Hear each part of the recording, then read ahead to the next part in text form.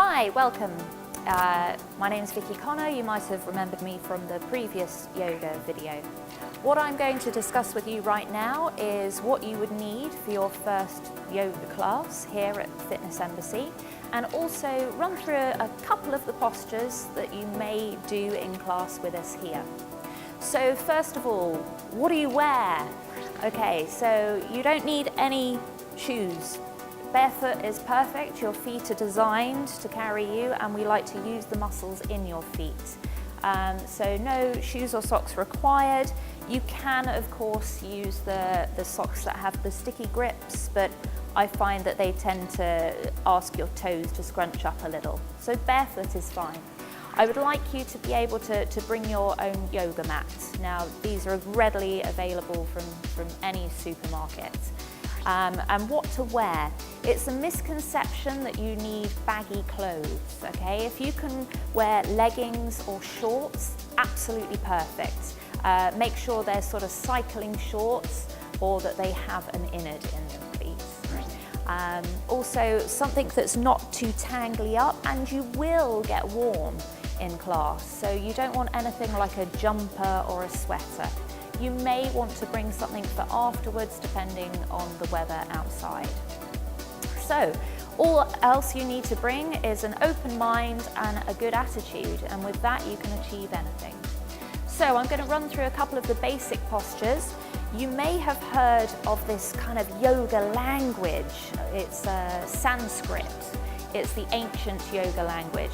I don't like to confuse my classes with another language. I will speak to you in English and I will explain everything. If you would like to know the different words, I'm able to do that. So we start off always with a pranayama, that is a breath exercise. Now the breath exercise is there to help you supply oxygen around the body and to your brain, as well as open up the intercostal muscles and also help just align your spine. It will also help just quieten down your mind from the rush that you got to get to class, to the shopping list that you've got to concentrate on afterwards, and picking little Johnny up from school. Like pranayama is there, the breath exercise is there to help clear your mind. So it's a very important part of class. I ask that you turn up 5 minutes before class so that you are ready to commence this first exercise altogether. So for a pranayama exercise, we will either start with feet hip width apart or feet together. We want to try and straighten the spine. So I don't want any duck bottoms in a pranayama exercise. Posture's very, very important, but we want to try and lengthen the spine by tucking the tailbone down, which lengthens the lower back, and it also starts to engage your core muscles in the front, so you're straightening up your posture. Now you may find that by doing this tilt, the upper body comes forward slightly. So once we learn to stabilize here, I will get you to lift and elevate the chest. Now this in itself is quite an effort for a lot of people, especially if you're used to driving long distances or in front of the computer. So don't worry if that feels alien, it's okay. So from there we want to concentrate on the breath. So we want to soften the gaze, try and empty the mind. I'm going to use, it's called an ujjayi breath, and it means that you're using the air down the back of your throat. It means that you're not just breathing into your chest, but you're breathing into the whole, the lungs, and using the diaphragm. So I'm going to give you a couple of examples. You might hear it sound like a vibration in the back of the throat. And by your second breath, you won't care what anybody thinks about the noises that you make either. Okay, so I'm going to start just by emptying my mind, just by balancing my feet, thinking about my posture here, lengthening the tailbone, opening up the chest. And I'm going to do 5 breaths.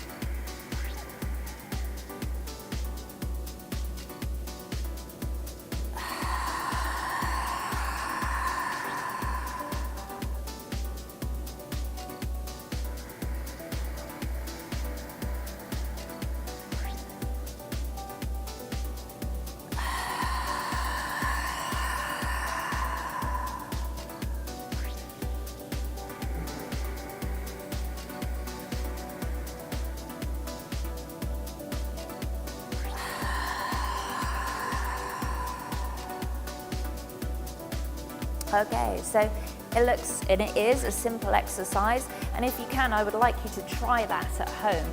Just those 5 breaths, you will feel heat within your body. You will feel that you've had to let go of the monkey mind. It doesn't matter who's watching, it doesn't matter what noise you're making, you're concentrating on yourself. So I guarantee that you will feel a heat. You may even feel a little lightheaded the first couple of times you practice that because of the oxygen that you have boosted into your brain. So we complete a pranayama exercise and then we move on to the other postures.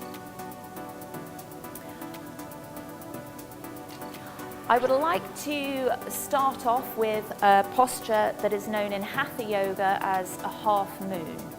Now, there are different postures that are known as a half moon. Again, it's this big wide world that people like to confuse yoga with, but we're going to do a basic one which warms up the spine. So the spine is designed to move in various different directions. It can move side to side, it can move forward, it can even move back, and it's designed to move back as well. Now, you can also rotate your spine in different directions. So a couple of the movements that we tend to not do in day-to-day life are the side-to-side flexions. We're very used to forward bending and we're very used to turning, but not side to side. So again, we're going to start with feet hip width apart today. Again, we're going to tuck in the duck's bottom so that we can engage the core. I want you to think about where your bottom rib is and your hip bone, and what you're trying to do there is make a connection between the two of them, like you're trying to shorten the area between. Now, what's going on in the legs is very important. You might have, if you've been to a yoga class before, been told to lock your knee. Now, that does not mean hyperextend your joints. A hyperextension of the knee is this. You're actually hanging and putting pressure on the joint, and that is not very good for your knee. What we mean by a locked knee is by having it in a neutral position, so it's not bent and it's not hyperextended. It's that absolute straight where you've got the ankle, the knee and the hip aligned. You then engage your quadricep muscle to lock it into a secure and safe position. So that's what we mean by a locked knee.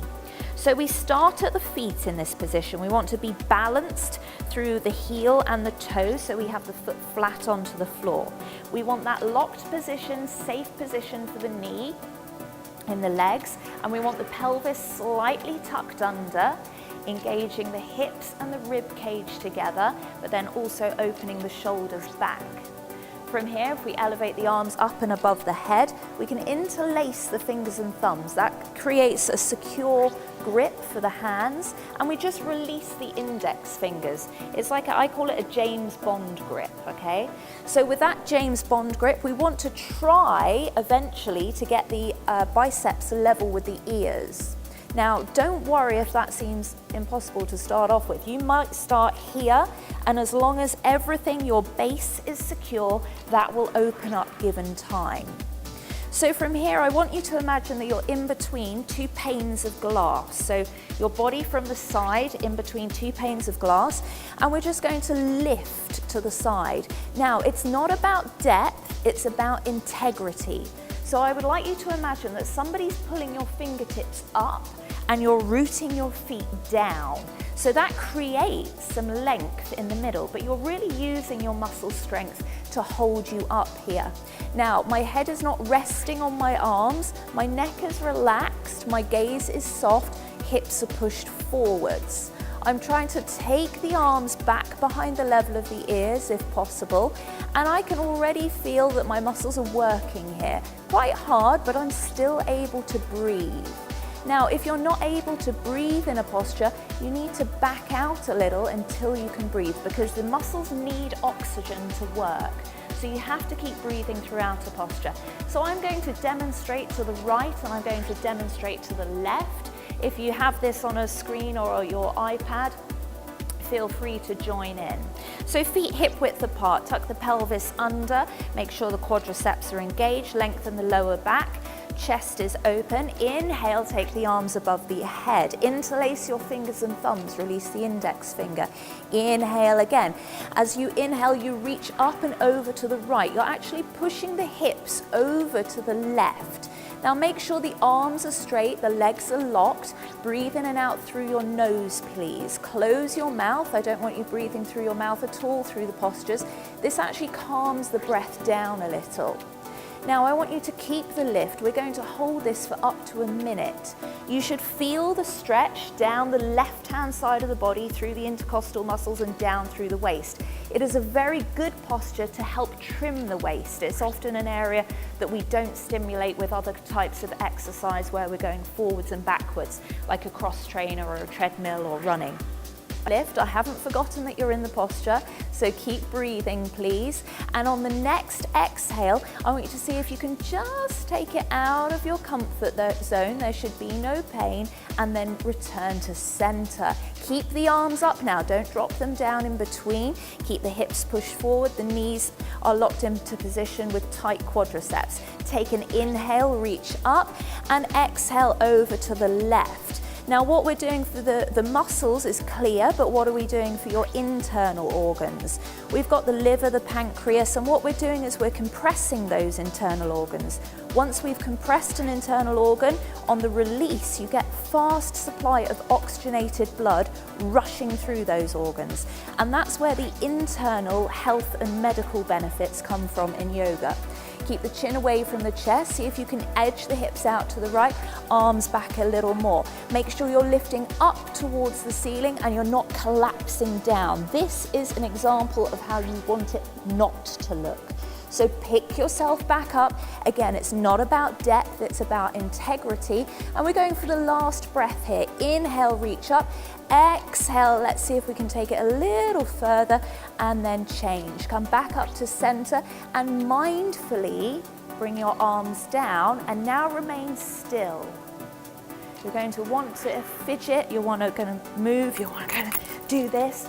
Just remain still, let that urge pass and concentrate again on your breath.